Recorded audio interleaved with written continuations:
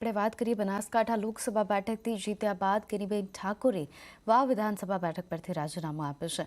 વિધાનસભા અધ્યક્ષને તેમણે મળીને રાજીનામું આપ્યું અને સાથે જ હવે વાવ બેઠક ખાલી પડી છે, જેને લઈને વાવ બેઠક ઉપર હવે કોંગ્રેસના ઉમેદવાર કોણ થશે તેની અટકળો શરૂ થઈ ગઈ છે. ગેનીબેને કહ્યું કે કોંગ્રેસ મોવડી મંડળ અને વાવ બેઠકની જનતા કોંગ્રેસના ઉમેદવાર નક્કી કરશે. રાજીનામું આપતા પહેલા ગેનીબેને કહ્યું હતું કે આ ખુશીનું રાજીનામું છે. બનાસકાંઠાની જનતાના આશીર્વાદ મળતા બંધારણીય નિયમ પ્રમાણે કોઈ એક પદ ઉપરથી રાજીનામું આપવાનું થાય ત્યારે આજે વાવ વિધાનસભાના ધારાસભ્ય તરીકે ગુજરાત વિધાનસભાના અધ્યક્ષશ્રીને અમારા કોંગ્રેસના સૌ ધારાસભ્યો અને આગેવાનોની સાથે રાજીનામું આપ્યું છે. વાવ વિધાનસભાની જનતાનો આભાર માનું છું. એમને બીજી ટર્મ ધારાસભ્ય તરીકે મત આપીને સેવા કરવાનો મોકો આપ્યો. તો વાવ વિધાનસભા બેઠકથી રાજીનામું પડતા જ ગુજરાત વિધાનસભામાં ફરીથી ખંડિત થઈ છે અને ગુજરાતમાં હાલની સ્થિતિએ 180 સભ્યોનું સંખ્યાબળ છે. ગુજરાતની વિસાવદર અને વાવ બેઠક હાલ ખાલી પડી છે, જ્યારે વિધાનસભામાં કોંગ્રેસનું સંખ્યાબળ ઘટીને 12 થયું છે, જ્યારે ભાજપનું સંખ્યાબળ ઐતિહાસિક 161 પહોંચ્યું છે. તો મુખ્યમંત્રી ભૂપેન્દ્ર પટેલે આજે ગુજરાતની મહાનગરપાલિકાઓ અને નગરપાલિકાઓના સર્વાંગી વિકાસ માટે 2111 કરોડની રકમના ચેક અર્પણ કર્યા. મુખ્યમંત્રી અને રાજ્યના મંત્રીઓ તેમજ અન્ય મહાનુભાવોની ઉપસ્થિતિમાં મહાનગરપાલિકા અને નગરપાલિકાઓના શહેરી વિકાસ અને જનસુવિધાના વિવિધ કાર્યો માટે કુલ 2111 કરોડના ચેક અર્પણ કરાયા હતા. મુખ્યમંત્રીએ આ અવસરે જણાવ્યું કે વડાપ્રધાન નરેન્દ્ર મોદીના વિઝનરી નેતૃત્વમાં આજે ગુજરાત સહિત સમગ્ર દેશ સર્વાંગી વિકાસના માર્ગે અવિરત આગેકૂચ કરી રહ્યો છે. તેમણે પર્યાવરણ પ્રિય અને ગુણવત્તાસભર વિકાસની સાથોસાથ જનસમસ્યાઓના સુચારુ નિવારણ બાબતે પણ માર્ગદર્શન પૂરું પાડ્યું. તો રાજકોટના ગેમ ઝોનમાં આ કાંડ બાદ મુખ્યમંત્રી ભૂપેન્દ્ર પટેલે આજે નિવેદન આપ્યું. તેમણે કહ્યું કે રાજકોટના બનાવ બાદ વિચારવું પડે છે કે ક્યાં ભૂલ થાય છે અને વિકાસની દોડમાં માણસના જીવ માટેની પ્રાથમિકતા હોવી જોઈએ. તેમાં કોઈપણ પક્ષે સમાધાન ન થવું જોઈએ. આ સાથે તેમણે મીડિયાની કામગીરીની પણ પ્રશંસા કરી. રાજકોટની બીના બન્યા પછી આપણને એમ થાય કે ભાઈ આટલું બધું કામ કરીએ છીએ છતાંય ક્યાં ને ક્યાંક આપણી ભૂલ થાય છે. કેવી રીતે થાય છે કે ભાઈ આજે સૌથી પહેલી પ્રાયોરિટી એ આપણી માણસના જીવ માટેની હોવી જોઈએ.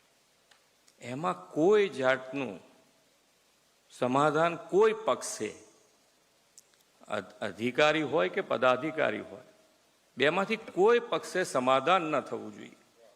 તો જ આનાથી નીકળાશે આપણા. અમે ગેમ ઝોન માટેની SOP મેં કીધું બનાવી તો દીધી છે એમણે, અને પબ્લિક ડોમિનમાં પણ મૂકી છે કે આપણે પબ્લિકમાંથી પણ પૂછી લઈએ કે ભાઈ એમને પણ કંઈક હજુ આની અંદર ઉમેરવા જેવું લાગતું હોય તો આપણે ઉમેરી, જેથી કરીને આવી કોઈ ઘટના ફરી ન બને એના માટે આપણે સૌએ ધ્યાન રાખવું. વિકાસ અને વિકાસની પાછળ દોટ મૂકીએ તો જેના માટે આપણે વિકાસ કરી રહ્યા છીએ એનું જો ધ્યાન નહીં રાખીએ તો એ આપણા માટે કોઈ ઉપયોગી ન રહી શકે એવું બને. ઘણી વખતે આપણને એમ થાય કે મીડિયા આપણને કહે છે તો આપણે ક્રિટિસાઇઝ જેવું લાગે કે ભાઈ મીડિયા આપણને કહે છે, ક્રિટિસાઇઝ કરે છે. એ ક્રિટિસાઇઝ નથી કરતા, આપણી નાની નાની ભૂલો બતાડીને આપણને જાગ્રત રાખે છે કે તમે હજુ જુઓ, હજુ આટલું કરવા જેવું છે, હજુ આટલું કરવા જેવું. પણ ઘણી વખત આપણને શું કે પેલું રોજ મીડિયામાં જોઈએ સવારે એટલે એમ થાય કે આ તો હવે, પણ એવું નહીં. આમાંથી આપણે જો આજે સારો વિચાર બધાને આવ્યો ને કે ભાઈ આ થોડુંક રિસ્ટ્રિક્ટ કર્યું હોય તો સારું થાય બધાને. એમને બી 2 મસાલા ઓછા ખવાશે તો તમાકુ જ ખાવાની છે ને, એટલું ફાયદો થશે એમને બી. તો હવે વાત કરીએ ઇલેક્ટ્રિક વાહનના ધારકો માટે મહત્વના સમાચાર. અમદાવાદ મહાનગરપાલિકા આગામી સમયમાં વધુ 27 સ્થળો ઉપર ઇલેક્ટ્રિક વાહનો માટે ચાર્જિંગ સ્ટેશન બનાવશે. શહેરમાં વ્હીકલ્સનું પ્રમાણ સતત વધી રહ્યું છે અને જેને લઈને અમદાવાદ મહાનગરપાલિકાએ શહેરમાં વધુ 27 સ્થળોએ ઇલેક્ટ્રિક વાહન માટે ચાર્જિંગ સ્ટેશન બનાવવાનો નિર્ણય લીધો છે. હાલમાં શહેરમાં કુલ 12 જેટલા ચાર્જિંગ સ્ટેશન કાર્યરત છે, પરંતુ ઇલેક્ટ્રિક વાહનોનું વેચાણ વધતા નારણપુરા, વાસણા, શિવરંજની, મકરાબા સહિતના 27 સ્થળો પર નવા ચાર્જિંગ સ્ટેશન બનાવવામાં આવશે.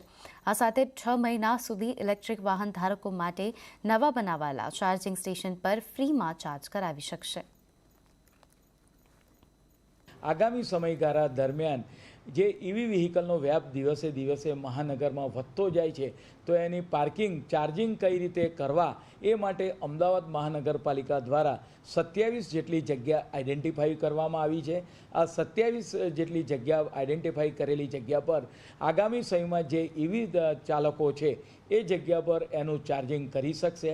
હાલમાં તેના માટે આ જે યોજના છે તેને પ્રોત્સાહન આપવા માટે અમદાવાદ મહાનગરપાલિકા દ્વારા ટેક્સમાં પણ રિબેટ આપવામાં આવ્યું હતું. તદુપરાંત એના ચાર્જિંગ હાલ હમણાં કોઈ નક્કી કરવામાં આવ્યા નથી. પરિણામે ઈવી વ્હીકલો છે એ ફ્રી ચાર્જિંગ આ જગ્યા પર કરાવી શકશે. કચ્છની સૂકી ભટ્ટ ધરતી બની લીલીછમ, મિયાવાકી જંગલથી રણમાં પથરાઈ હરિયાળી. આ જે લીલુંછમ જંગલ જોઈ રહ્યા છો તે કુદરતી જંગલ નથી, પણ માણસે સર્જેલું જંગલ છે. કચ્છની સૂકીભટ ધરતી બની છે લીલીછમ, અને આ શક્ય બન્યું છે મિયાવાકી જંગલથી.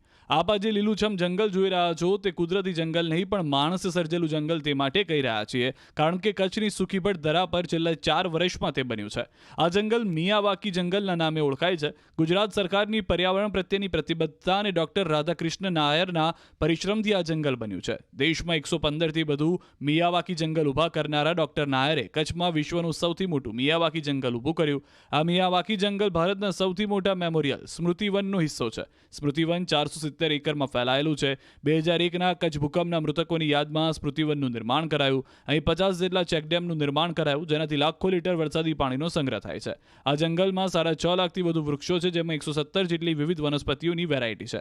ગુજરાત સરકારની સહાયથી ડોક્ટર નાયરે દક્ષિણ ગુજરાતના નારગોલમાં પણ દરિયાકાંઠા પરનું વિશ્વનું સૌથી મોટું મિયાવાકી જંગલ ઊભું કર્યું છે, જેનાથી અહીં ખારાશ ઘટી છે અને વિપુલ પ્રમાણમાં જીવસૃષ્ટિ વિકસી છે. આ જંગલથી તાપમાન ઘટે છે, જીવસૃષ્ટિ વિકસે છે અને સસ્ટેનેબલ ફ્યુચરની આશા ઊભી થાય છે. આજે દર વર્ષે ગરમીનો પારો ઊંચો જઈ રહ્યો છે.